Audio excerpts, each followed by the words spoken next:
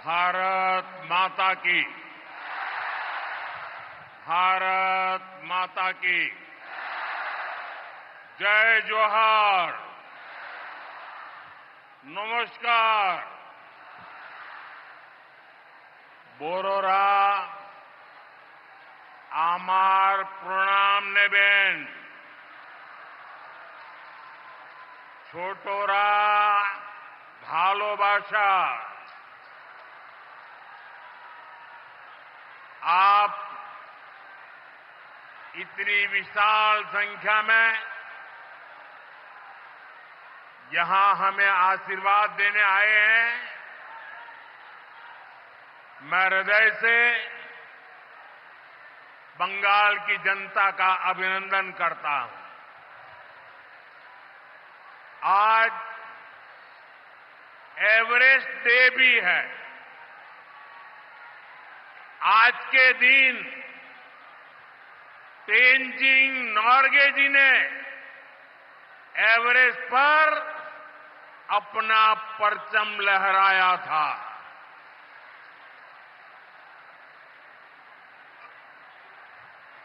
उनके सम्मान में हम भी अपना तिरंगा फहराएंगे।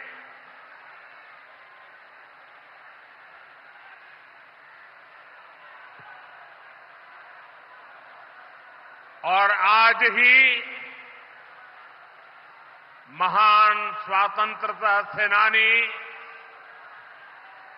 रामानंद चटर्जी की जयंती भी है। ये महान संतानें हमें प्रेरित करती है, बड़े संकल्पों की सिद्धि के लिए हौसला देती है। साथियों, 21वीं सदी में भारत नए सामर्थ्य के साथ समृद्धि की नई गाथा लिख रहा है। आज देश का हर नागरिक भारत को विकसित राष्ट्र बनाने के लिए जुटा है, दिन रात जुटा है। और विकसित भारत बनाने के लिए पश्चिम बंगाल का भी विकसित होना बहुत जरूरी है।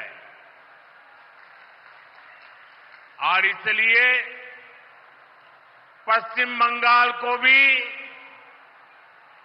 नई ऊर्जा के साथ जुटना है। बंगाल को फिर उसी भूमिका में आना होगा जो कभी यहां की पहचान थी। इसके लिए जरूरी है कि पश्चिम बंगाल फिर से नॉलेज का, ज्ञान विज्ञान का केंद्र बने। बंगाल मेक इन इंडिया का एक बहुत बड़ा सेंटर बने। बंगाल देश में पोर्ट लेड डेवलपमेंट को गति दे। बंगाल अपनी विरासत पर गर्व करते हुए, उसे संरक्षित करते हुए तेज गति से आगे बढ़े। साथियों, केंद्र की भाजपा सरकार इसी संकल्प के साथ काम कर रही है। भाजपा पूर्वोदय की नीति पर चल रही है। बीते दशक में बीजेपी सरकार ने यहां के विकास के लिए हजारों करोड़ों का निवेश किया है। अब से कुछ देर पहले यहां सिटी गैस डिस्ट्रीब्यूशन नेटवर्क का शुभारंभ भी हुआ है। केंद्र सरकार के प्रयासों से ही कल्याणी एम्स बना है। न्यू अलीपुरद्वार और न्यू जलपाईगुड़ी जैसे रेलवे स्टेशनों का पुनर्विकास किया जा रहा है। बंगाल की व्यापारिक गतिविधियों को उत्तर भारत से जोड़ने के लिए डेडिकेटेड फ्रेट कॉरिडोर बन रहा है। कोलकाता मेट्रो का अभूतपूर्व विस्तार किया गया है। ऐसे अनेक प्रोजेक्ट हैं जो भारत सरकार यहां पूरे करवाने का प्रयास कर रही है। भाजपा सरकार ईमानदारी से सबका साथ सबका विकास के मंत्र को लेकर बंगाल की प्रगति के लिए समर्पित है, क्योंकि बांग्लार उदय तबई विकसित भारतेर जय।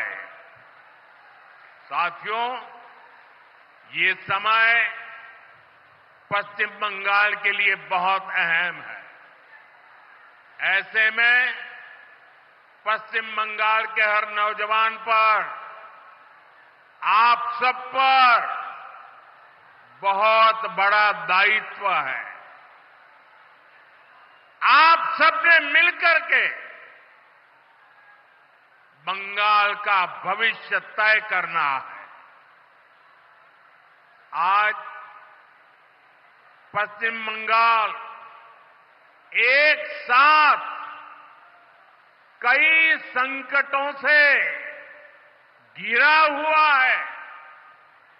एक संकट समाज में फैली हिंसा और अराजकता का है।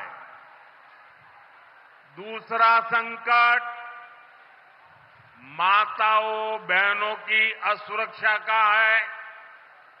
उन पर हो रहे जघन्य अपराधों का है।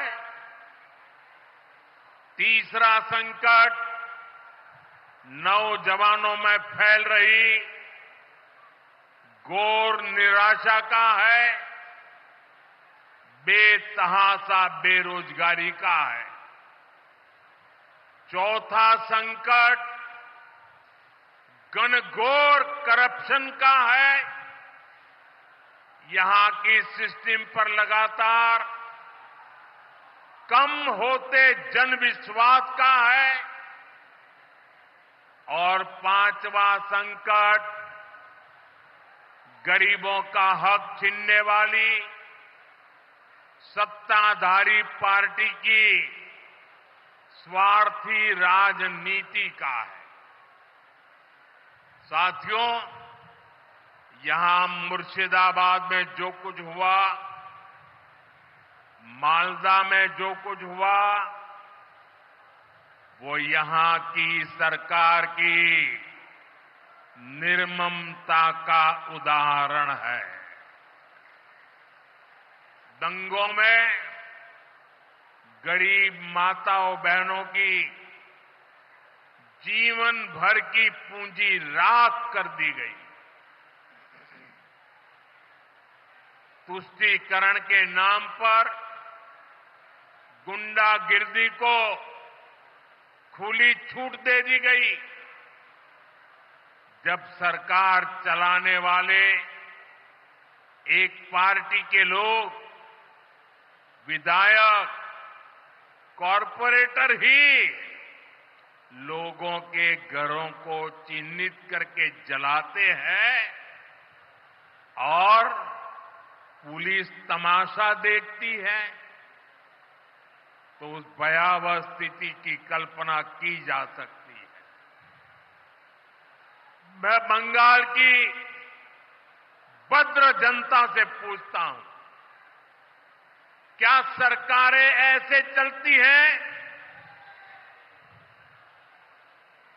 यही भावेश्वर कर चलेगी?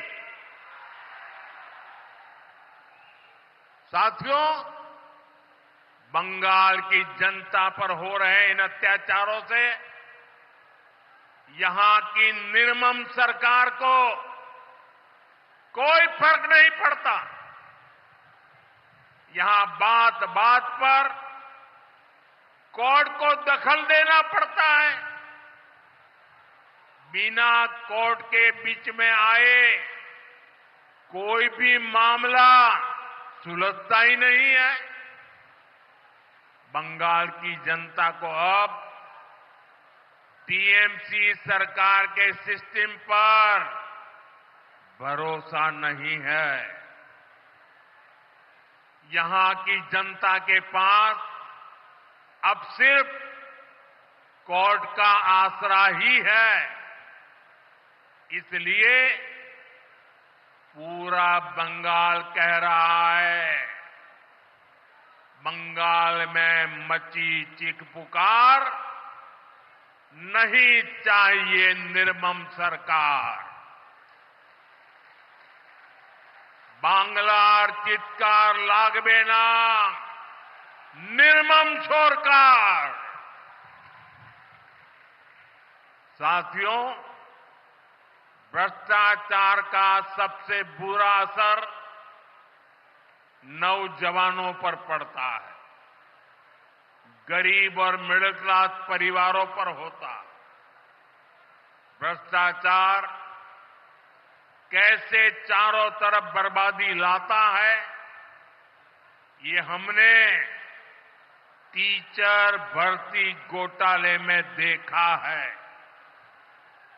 टीएमसी सरकार ने अपने शासनकाल में हजारों टीचर्स का फ्यूचर बर्बाद कर दिया, उनके परिवारों को तबाह कर दिया, उनके बच्चों को असहाय छोड़ दिया।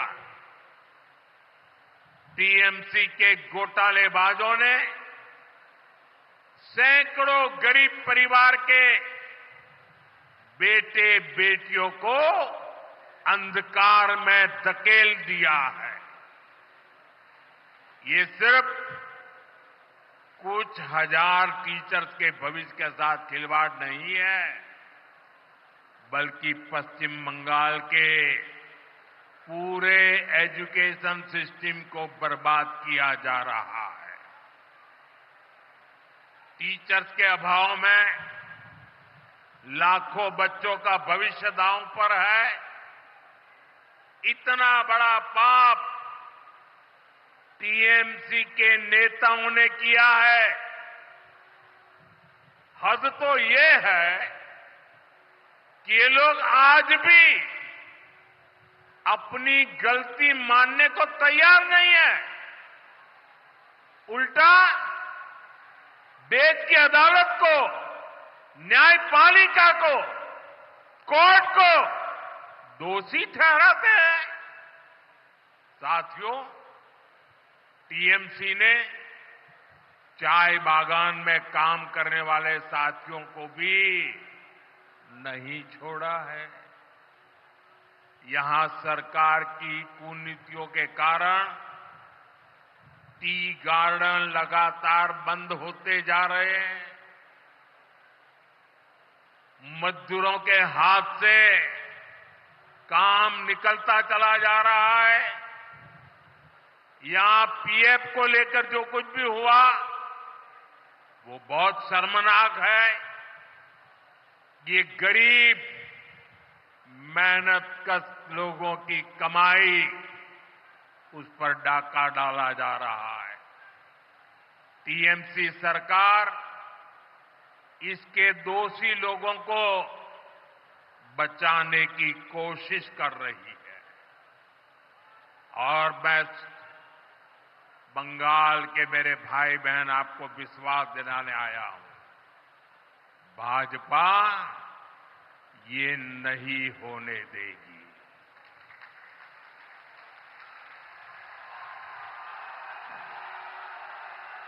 साथियों, राजनीति अपनी जगह पर है, लेकिन गरीब, दलित, पिछड़े, आदिवासी और महिलाओं से टीएमसी क्यों दुश्मनी निकाल रही है?